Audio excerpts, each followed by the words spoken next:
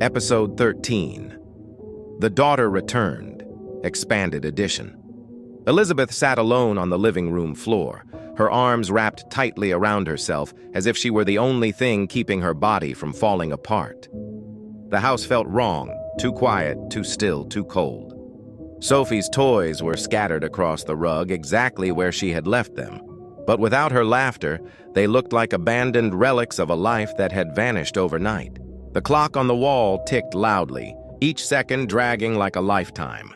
Elizabeth stared at the front door, willing it to open, bargaining with the universe, whispering broken promises into the empty room.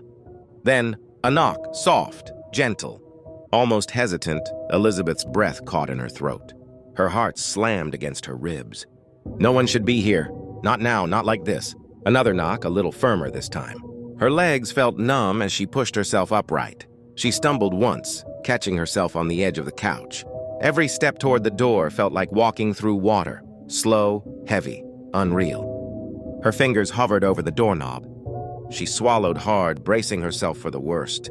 She opened the door slowly and collapsed to her knees. Sophie stood there, confused. Sleepy, but alive. Her hair was tangled, her cheeks flushed pink from the cold night air. Her little hands rubbed at her eyes as if she'd just woken from a nap. Elizabeth's vision blurred with tears. A sound escaped her, a strangled, broken gasp, as she reached forward and pulled Sophie into her arms. Behind the child stood a woman in a gray coat, her face hidden beneath a deep hood. She didn't move. She didn't speak. She simply watched. Elizabeth looked up at her, tears streaming down her face. Why are you bringing her back?" she whispered, her voice cracking under the weight of fear and hope colliding. The woman tilted her head slightly. When she spoke, her voice was soft, almost gentle. A promise was made, he surrendered.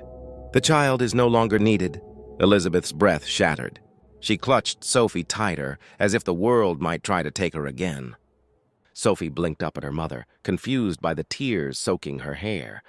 "Mommy, I want to go home," she murmured, her voice small and tired. Elizabeth pressed her lips to her daughter's forehead again and again, unable to stop herself. She could feel Sophie's warmth, her heartbeat, her breath, proof that she was real. "You're home, baby," she whispered fiercely. "You're home." The woman in the gray coat stepped back, her boots barely making a sound on the porch. The shadows seemed to swallow her as she retreated. "Tell your husband," she said quietly, "that his sacrifice was accepted." Elizabeth's head snapped up, but the woman was already fading into the darkness. "Wait!" But the night swallowed her whole. The door remained open, letting in the cold, but Elizabeth couldn't move. She held Sophie against her chest, rocking her gently, her tears falling into the child's hair. Relief and devastation warred inside her, twisting her heart until she could barely breathe. Alexei had given himself up. He had traded his life for their daughters. And Elizabeth knew, deep in the marrow of her bones, what that meant. He wasn't coming back.